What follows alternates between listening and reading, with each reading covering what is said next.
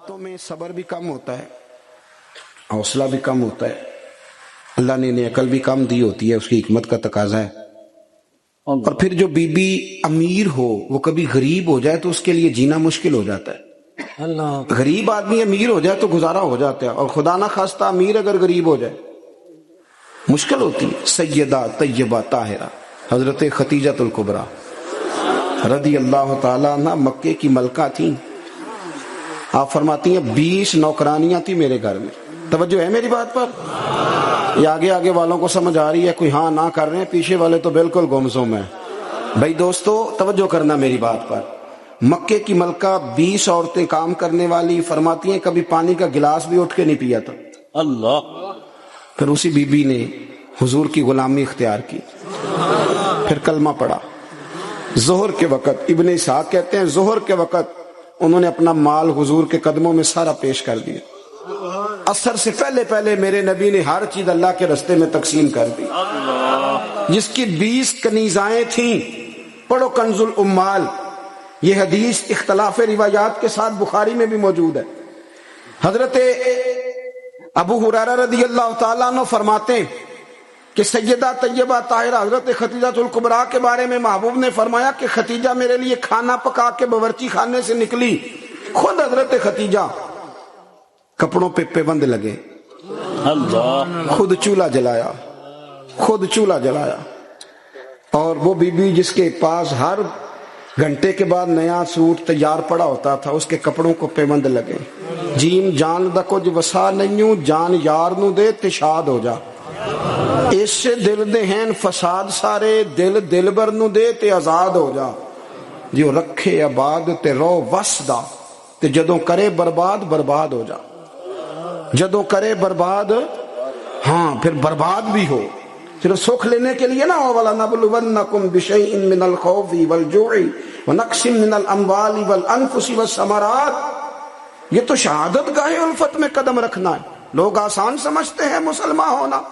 حضرت خدیجہ کھانا پکا کے نکلی، کپڑوں پہ پیوند لگے ہوئے، اور سادے سے برتن میں جب کھانا لے کے آئی نا، حضور کے سامنے کھانا رکھا تو اللہ کے رسول علیہ السلام غور سے سیدہ خدیجہ کو دیکھنے لگے، غور سے دیکھنے لگے۔ حضور کیا دیکھ رہے ہیں؟ تو محبوب فرمانے لگے خدیجہ تیرے آنے سے پہلے جبریل امین آ گئے۔ ہر واقع کہہ رہے ہیں یا رسول اللہ خدیجہ کھانا لے کے آ رہی ہے، اور رب فرماتا ہے جب خدیجہ کھانا لے کے آئے تو اسے اس کے رب کا سلام کہہ دینا، اسے اس کے رب کا۔ ہاں بھائی جب قربانی آپ دیتے ہیں، قربانی اس وقت جو اعزاز ہوتا ہے وہ بدل جاتا ہے۔ حضرت خدیجہ نے قربانی دی، نبی پاک کی 4 بیٹیوں نے قربانی دی۔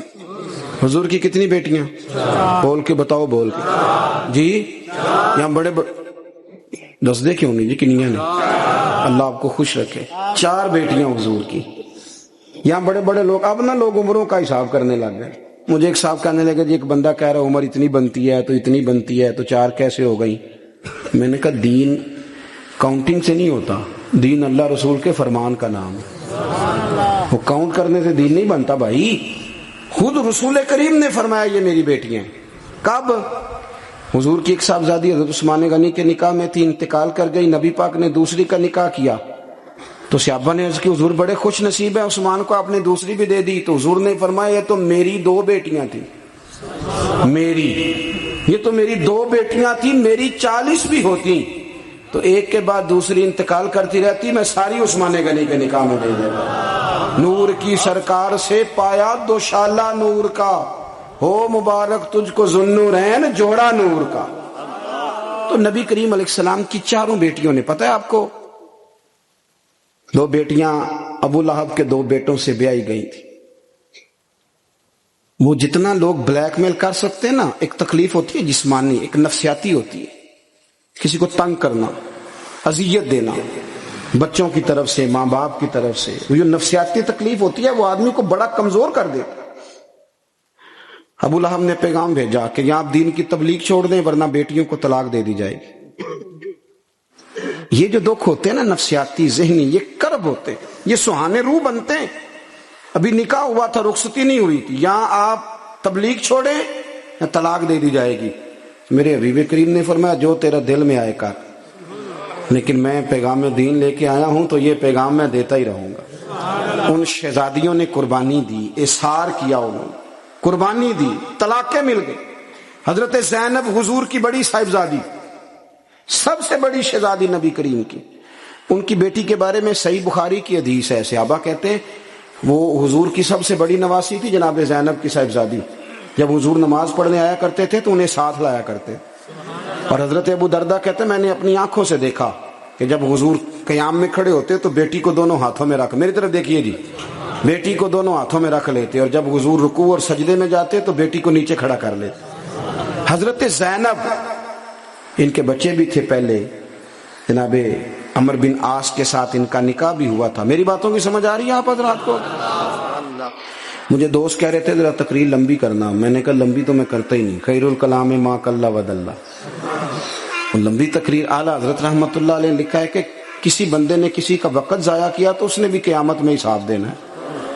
کوئی بات کھینچ کے کر لی جائے، کسی کو ذرا آگے لے جایا جائے، کسی کو پتہ ہے نا ہمارا نعت کا کہتا ہے میں آخری شعر پڑھن لگا تو میں کہنا ایکو واری پڑھی جی، ایک شعر 17 واری پڑھیے تو آخری نہیں ہوندا، میں 2 شعر پڑھنے میں کہ 2 واری پڑھی۔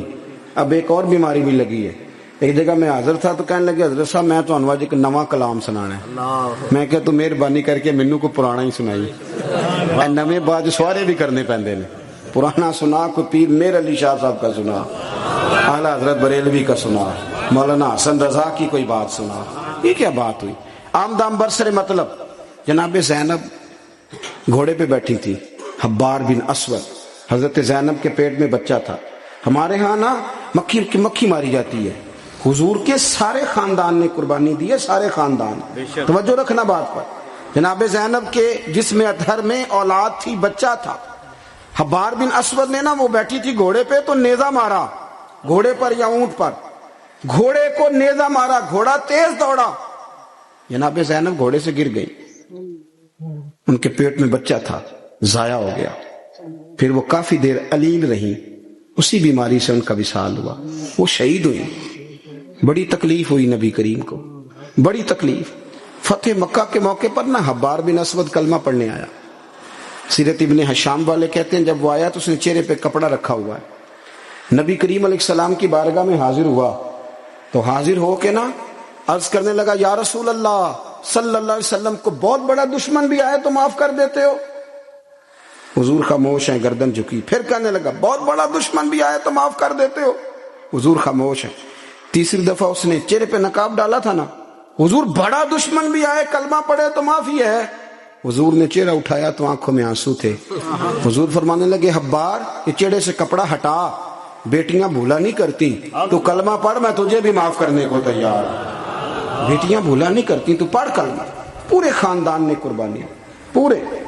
حضرت سیدہ فاطمہ الزہرا سے کسی نے پوچھا تھا بی بی صاحبہ دین کے لیے سب سے پہلے آپ کو کب تکلیف اٹھانی پڑی؟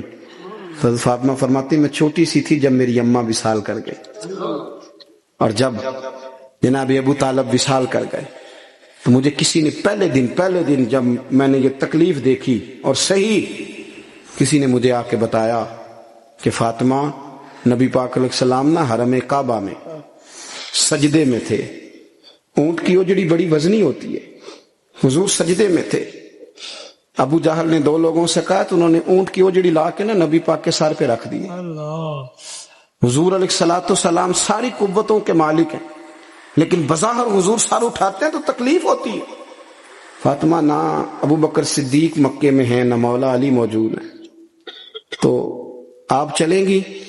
بی بی صاحبہ کہتی ہے میں اس عمر میں چہرے پہ نقاب ڈال کے نکلی، اس عمر پہلے دن نکلی، اماں چلی گئیں، پہلے دن میں نکلی، اور جب میں حرم کعبہ میں گئی تو میں نے لوگوں کو اپنے باپ پر معاذ اللہ ہنستے ہوئے دیکھا۔ کہتی میں نے کھینچ کے اجڑی حضور کی اتاری، نبی کریم نے میرا چہرہ دیکھا تو حضور رو پڑے، فاطمہ تو کیسے آئی؟ حضور مجھے اطلاع ملی۔ سیدہ پاک کہتی ہے میں نے حضور کو انگلی تھامی نبی پاک کی، اور میں حضور کو آب زمزم کے کنویں پہ لائی، نبی کریم بیٹھ گئے، میں نے پانی نکالا، حضور کی زلفوں کو دھویا، اور پھر میں نے کہا اللہ انہیں برباد کر دے جنہوں نے میرے بابا کو تکلیف دی ہے، انہیں برباد کر دے جنہوں تکلیف دی ہے میرے بابا۔